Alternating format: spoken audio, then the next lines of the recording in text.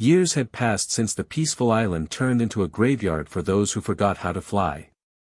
The old vulture, once the lone survivor, was still alive, though his wings had grayed, and his heartbeat grew softer with each passing day.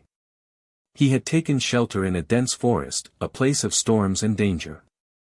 But those storms had forged the last wings still strong enough to fly. One day, from across the sky, a young flock of vultures arrived. They were thin, hungry, and their eyes were filled with fear. The old vulture asked, "Where do you come from?" One of them replied, voice raspy, "We came from places where food no longer grows. The humans built cities, cut forests, dried up rivers. We just want a place to survive." The old vulture nodded slowly. "Then listen to the story of the dead island. Where those just like you once died, not from hunger, but from comfort." He told them about that day. About the wings that couldn't lift. The claws that couldn't grip. The arrogant laughter, silenced by the screams of being hunted. The young flock said nothing. One of them whispered through tears, "I thought living easy was the goal. Now I see, comfort without strength is just a slow suicide." The old vulture looked up at the sky. A storm was forming in the distance. To survive in this life, it's not about finding the easiest place to live, but becoming the kind of creature that's unafraid of difficulty.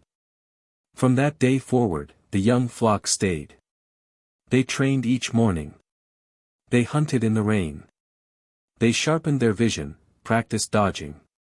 They forged their wings, not to show off, but to stay alive. Years later, when the old vulture passed away, they buried him beneath an ancient tree.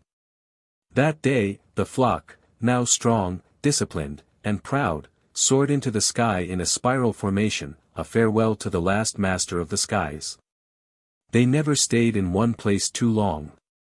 Never let their claws dull. Never let their wings forget the wind. Because they knew. The true paradise isn't found in safety, but in a courageous heart, always ready to fly. Part 2's message. You can't change the past, but you can learn from it, and write a future that defies it. Comfort can weaken you, but awakening, even late, can save an entire generation. Yellow circle. So ask yourself, which island are you on? Can you still fly? If not, today is the day to start again.